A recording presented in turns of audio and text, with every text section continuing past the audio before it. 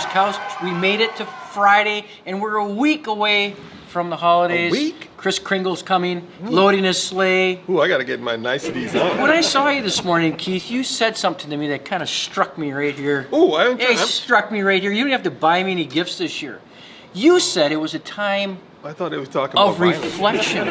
Oh, yes. Right? A time of reflection. As we go from Christmas into the new year, it's time for us to sit back, if not just for a moment, take a deep breath, and reflect. Are you done? Happy New Year! He's done. Anywho, Keith, I came up with a few things after I talked to you about that. I came up with some questions. And these are pretty easy questions for you. I don't do easy questions. Because you're an A student. No, I was like a... Class act. A little lower than that. A lot lower than that. Keith, these questions of reflection go something like this. What am I most proud of this year? You don't have to say me. Oh, no. It's about you. It's about self-reflection. What are you most proud of this year? You know? Most proud of? Yeah. There's a lot I'm proud of. You better say your wife.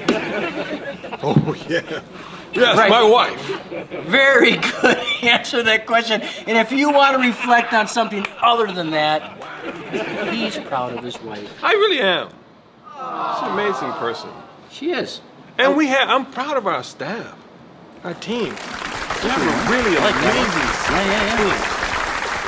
Yeah. Wow. Okay, so that's a couple things. stuff. What lessons have you learned? Is it crossing the street, you want to look both ways? Oh, dude, yeah, both ways, 2-3 times. Kind of knew that after I got hit by the bus last week. That's a good lesson. Yeah, I kind of learned that. You know, more is less is more. Less is more. I like that. Less is more. Less is more. Another yeah. question for you, Keith. How well did you take care of your mind, your body, and your spirit? Oh, very well. Oh my God. Because you had to. deep breathe, don't you? My wife always says, Anthony, you need to breathe a little bit. When I do is I say, I don't like to breathe. Amy actually told me. Amye Scharlau's here, and she's going to teach us how to breathe. Breathe to the diaphragm. That's right. I said, the diaphragm? What you call me? And then I did it, and it was like life-changing. So I have been using it. So, self-reflection. Amy has spent, 4 or 5, 6 months traveling the world, traveling across country, having all these different experiences while we were here working. Keith, we were working. No, we were Not holding that it she down wasn't, for her. but we were holding down the She's part of fort. our family, so Anyway, I'm happy she was out. Ask me getting to one do thing her I'm thankful for. What are you thankful for? I'm thankful for still being here. Because after Keith and I worked through this COVID thing, the store is here. We've got Christmas lights on. We've got beautiful items back out on the floor. And Season we of are giving. prospering. We are doing so good. And I want to say one thing I'm proud of is you. Because you're one hell of a guy. I've been working out. Okay, should we call out Amy on the show here a little bit later? Can't wait to see it. She gave me the That's awesome. Vita Vitamin Cocoa Mix. That is If you haven't seen that outstanding. on our Yeah. Instagram, you got to check it out. It Amy is does a great job. Cocoa mix. It's cocoa mix. After all of that vitamin, it's really cocoa mix. So, Keith, I want to say thank you, and I'm grateful for you, and I'm grateful for the store. And Amy's back on the show. She'll be here in just a few minutes talking about her experiences at the Renaissance Festivals this past year. Thanks for tuning in. We'll see you in a bit. Hey, welcome back. Keith and I were just on the couch, and we had talked about our special guest, Amye Scharlau, today. Amy is an award-winning professional stage hypnotist, a consulting hypnotist, a hypnosis instructor, a keynote speaker, an all-around good gal, and one heck of a great musician, right? Magician. And she's traveled the world this past, was it 4 or 6 months? A little, like 4.5 months. 4.5 months. And what I said to her is, who travels for 4.5 months nowadays? Huh? crazy Independently people. wealthy, self-made millionaire, Amye Scharlau. Welcome to The welcome desperate, to the desperate, the desperate, the hunter-gatherers of the Renaissance world. Yeah, We are the ones that- I think people, like you said, I think people think that the Renaissance Festival travels, but these are independently owned festivals, right? Well, the festivals are basically owned by, I believe, like 7 different people, but there's over 40 of them in the United States. Right. And so there's no way to just have this traveling caravan from festival to festival yeah. to festival. Right. That being said, because I'm a national performer, any festival I go to, I'm going to know a bunch of the national acts. Sure. And you see the same person, you see the same acts, or maybe some of the same people that go from festival to festival. Yes, Yeah. yes. In fact, people don't realize this. In the United States, if you want to, you can actually perform at a Renaissance festival 11 months out of the year. Wow. And I do know people that do not have like set homes. They have like yurts and stuff. Right. And in fact, over COVID, one of the festivals, a bunch of people without like permanent homes got trapped at one of the festivals when we went to lockdown. Right. And the festival just let them stay there. They were nice enough to be. And do they live in a 16th century way? Some of them kind of Yeah. do. Yeah, It's really an interesting subculture. It really is. Speaking of culture, that's one thing I kind of want to tap into, this culture. So you see individuals throughout the season. You reconnect with them during the season, and then you kind of That's exactly right. melt Yep. away when the season's over. Tell me about this support mechanism that you have. This culture. The support is amazing. It's like when you get back together, you haven't seen them for a year. And in fact, this last year we hadn't seen each other in 2 years, and you just click right back into a rhythm. Right. Especially with your stage mates, because we depend on each other so much. But with the culture of the Renaissance Festival, we really take care of each other, especially if it's someplace that's really hot or really cold.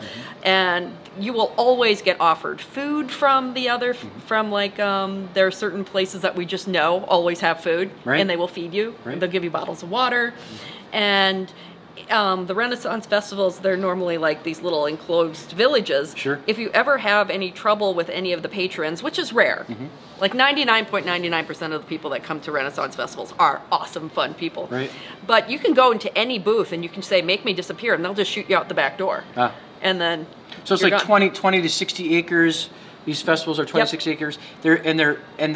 Are they soul funded, self-funded, or do they rely on ticket entrance fees, or is there grant money for these festivals? How do they survive? As far as I know, I mean, I'm an independent contractor, so I Right. know how Right. I work. They appear to be independently owned, and they sell tickets. So when you're a stage performer, you have to be dang good, because they did not buy a ticket to see you. Right. They bought a ticket to the festival, and Right. there's 5 other stages going on. Right. There's food and magic and jousting and Yep, exactly. Trade there's- crafts. Yep. All that stuff. Yeah. Yep, yeah. all kinds of stuff. And then the booth owners, the artisans, own their booths, Oh, sort okay. of, and then they rent the land under it. So you went to Colorado. Yep. 8 weeks in Colorado. 8 weeks in Colorado, and then you spent another Bears, lots in of bears. Pittsburgh Renaissance Festival. Right? Yes. Yeah, yeah. Yes. No bears at the Pittsburgh one though. No bears at the. Is there really bears They're really bears. out in the countries? At the Larkspur Wild one. bears? Wild bears. Oh. Yeah. Like I was walking to a potluck that was in the campground, Yeah. carrying food. Yeah. And there was a bear. Right. And he stood up and looked at me, and I'm like, Hey. handed him the food. Now that's pretty 16th century of you. I mean, Yeah. that's something you, right? Yeah. Oh, it was very authentic. And tell me, do you travel with your dog? I do travel with my dog. And is he part of the act? He is not yet part of the act, but Yeah. we're working on it. We're working on it. The Hypno Hound. The Hypno Hound, I love it. So what are we going to see? Hypno Fox, actually, because it You're looks going like to do a fox. little coffee talk for us a little bit later. What are we Yeah. going to see? We are going to talk about how we use stories to create meaning in our lives. And I'm going to tell you a really amazing story that it's a real life story that happened this summer at the Renaissance Festival. And it's about a woman, and it's about a horse, and it is amazing, and I would not have believed it if I had not seen it.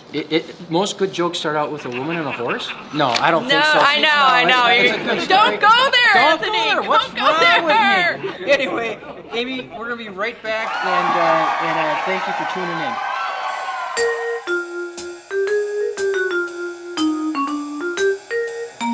Hello, I am Amy the Hypnotist, and welcome to Coffee Talk here at Amye's Haberdashery. I've been on the road for 4.5 months doing Renaissance festivals across the country. I've met some amazing people and heard some amazing stories. There's one story that I saw firsthand that I'm going to share with you. One of my friends at the Renaissance Festival trains and rides the jousting horses. She has 4 of them. Over the last year, sadly, one of her horses went blind, her favorite horse, Bo. But she just kept taking him around to the Renaissance festivals with her because he loved the company of the other horses and she cares about him. But she noticed he was becoming more and more depressed. And so he wasn't eating, he wasn't interacting with the other horses. So on a whim, and bear in mind at this point he is completely blind, she dressed him up in his silks and just took him out into the jousting ring. And when he hit the ring, it was like he was a new horse. He just brought up his head and he tossed his mane and he jousted with the best of them. And he is now her main jousting horse again. He remembered the choreography and he trusts her 100%. This is amazing. No one in the audience knows that she is actually jousting on a blind horse. Now, when I tell people the story, they bring so much of their own experience to it. What did you take away with it? Some people say, oh, this is about love. Or people say, this is about trust. Look at how much this horse just trusts her running full speed and how much she trusts this horse. And they interact like that. It's a beautiful thing. Some people say it's about redemption and second chances. He started out his life as a racehorse, reinvented himself as a jousting horse, and now even blind, he is out there doing something. So is it about not underestimating anybody or anything? I think that's part of it too. So whatever you brought to the story says something kind of wonderful about you. I hope you have an absolutely beautiful holiday season and come visit Amye's Haberdashery, everyone.